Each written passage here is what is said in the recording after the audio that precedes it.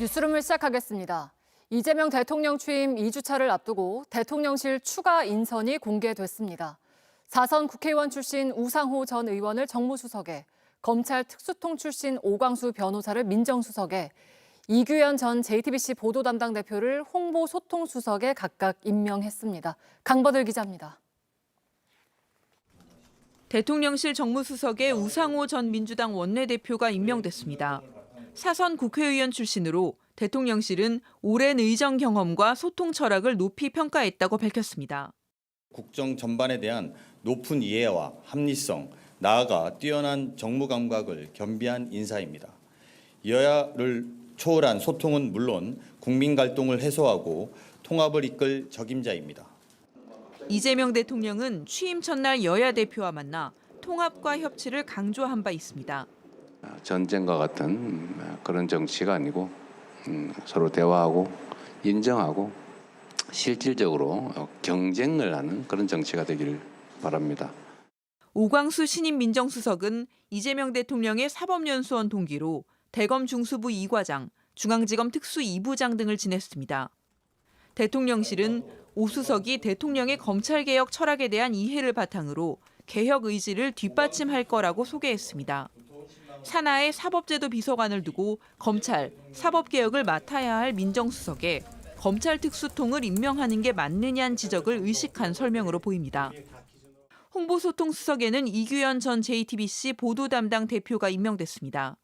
사회 문제를 조망해온 언론인 출신으로 국민소통을 이끌 적임자라는 게 대통령실의 평가입니다. 이재명 대통령은 이번 인사를 하며 보수와 진보가 아닌 국민과 대한민국만 있다는 국정 철학 아래 국민 통합과 소통을 통해 민생 문제 해결에 집중해달라고 당부했습니다. JTBC 강버들입니다. 초대 민정수석으로 임명된 오광수 변호사는 특수통 검사 출신입니다. 이 때문에 여권 일각에서는 검찰 개혁의 적임자로 볼 수 있냐 하는 우려가 나왔지만 이 대통령은 그대로 임명했습니다. 박현주 기자입니다. 초대 민정수석으로 발탁된 오광수 변호사는 26년간 검찰에 몸담았던 대표적인 특수통입니다. 김영삼 전 대통령 차남비리 사건과 론스타의 외환은행 헐값 매입 사건 등 굵직한 수사에 투입됐습니다. 민정수석은 대통령의 친인척 비위를 살피고 공직자 직무감찰과 인사검증을 맡는 핵심 참모입니다. 이번엔 여기에 더해 검찰 개혁까지 담당하게 됐습니다. 이재명 대통령의 검찰개혁의 철학을 깊이 이해하고 있는 인사입니다. 검찰개혁에 대한 대통령의 의지를 뒷받침할 것입니다. 이 대통령은 후보자 시절 검찰청이 기소와 공소유지만 담당하도록 검찰 수사권을 없애겠다고 했습니다. 저는 검찰 수사권 문제는 어쨌든 기소하기 위해서 수사하게 허용해서는 안 된다. 수사와 기소를 분리를 해야 돼요. 기존 조직 체계를 완전히 바꾸는 수준의 대대적인 손질을 예고했고 그 적임자로 오 수석을 지목한 겁니다. 하지만 여권 내부에선 검찰 출신의 민정수석을 발탁하면 개혁 동력을 떨어뜨릴 수 있다는 우려가 나오기도 했습니다. 검찰 개혁을 할 수 있으려면 인사를 굉장히 신중하게 평가 세평이나 이런 걸 잘 보고. 이에 대통령실 고위 관계자는 사법개혁은 법으로 하는 것이라며 오 수석의 의지도 확인했다고 강조했습니다. JTBC 박현주입니다. 국민의힘은 대선 패배 이후 차기 지도체제를 둘러싼 갈등이 깊어지고 있습니다. 김용태 비대위원장은 9월 초까지 전당대회를 열겠다고 했고 대선 후보 교체 과정에 대한 진상조사도 약속을 했는데요. 당장 친윤계를 중심으로 반발의 목소리가 커지고 있습니다. 내일 의원총회에서도 격론이 오갈 것으로 예상됩니다. 김태영 기자입니다. 김용태 국민의힘 비대위원장은 9월 초까지 전당대회를 열어 차기 당대표를 선출할 수 있도록 준비하겠다고 밝혔습니다. 내년 지방선거를 비대위 체제가 아니라 선출된 당대표 체제로 치르는 것 자체가 보수 재건과 지방선거 승리를 위한 당면 목표가 될 것입니다. 이달 말까지가 임기인데 이를 연장해 전당대회 준비까지 당의 쇄신을 맡겠다는 뜻을 내비친 것으로 풀이됩니다. 김 위원장은 앞서 밝혔던 윤석열 전 대통령 탄핵 반대 당론도 무효화하겠다고 재차 확인했습니다. 또 대선 과정에서 강제로 후보를 교체하려다 논란을 빚었던 사안에 대한 진상 규명도 약속했습니다. 당원과 지지층에게 큰 충격을 안겨주었기 때문에 비대위원장으로서 당무감사권을 발동해 이 사건의 진상을 철저하게 규명하겠습니다. 오늘 발표한 혁신안이 대체로 친윤계에 불리하거나 친윤계를 겨냥했다는 분석이 나오면서 개파 간 반응은 엇갈렸습니다.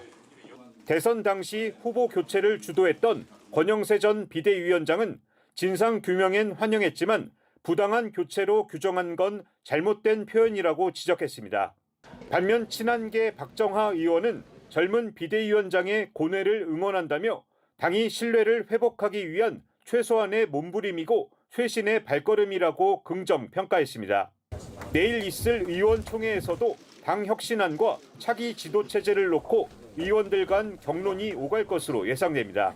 또 차기 원내대표 선출도 앞두고 있어 개파 간 갈등은 더욱 치열해질 것이란 전망이 나옵니다. JTBC 김태영입니다. 이재명 대통령이 1호 지시로 비상경제점검 TF를 가동한 가운데 내일 2차 추경을 본격 논의합니다. 25만 원의 지원금을 지역 화폐로 지원하는 방안이 유력한데 모든 국민을 대상으로 할지 선별 지원으로 할지는 검토하고 있습니다. 박소영 기자입니다. 서울 마포 농수산물시장입니다. 대형마트가 쉬는 둘째 주 일요일이라 시장으로 손님이 모일 듯한데 딱히 그렇지가 않습니다. 너무 힘드니까 손님이랑 와야 어떻게든 좀 팔아볼 텐데 아예 안 들어오죠. 내란 사태 이후 얼어붙은 경기와 치솟는 물가, 여기에 온라인으로 이동한 소비의 변화까지 겹쳐 삼중고를 겪고 있습니다. 버티다 못한 점포 상인들은 아예 폐업을 하거나 근근히 연명하고 있습니다. 가게를 접어야 되는데 접을 수도 없고 마지못해서 하고 있는 사람들이 태반이에요. 자영업자의 채무 위험도 커져 대출 만기가 석 달이 지나 신용 유의자로 분류된 개인 사업자는 1년 전보다 30% 가까이 늘었습니다. 정부 여당은 경기 부양과 내수 회복을 위해 최소 20조 원의 2차 추경 편성을 예고했습니다. 특히 골목 상권을 살린다는 취지로 1인당 25만 원의 지원금을 지역 화폐로 지급하는 방안을 검토하고 있습니다. 다만 전 국민 대상으로 할지 아니면 선별 지원을 할지는 아직 결정되지 않았습니다.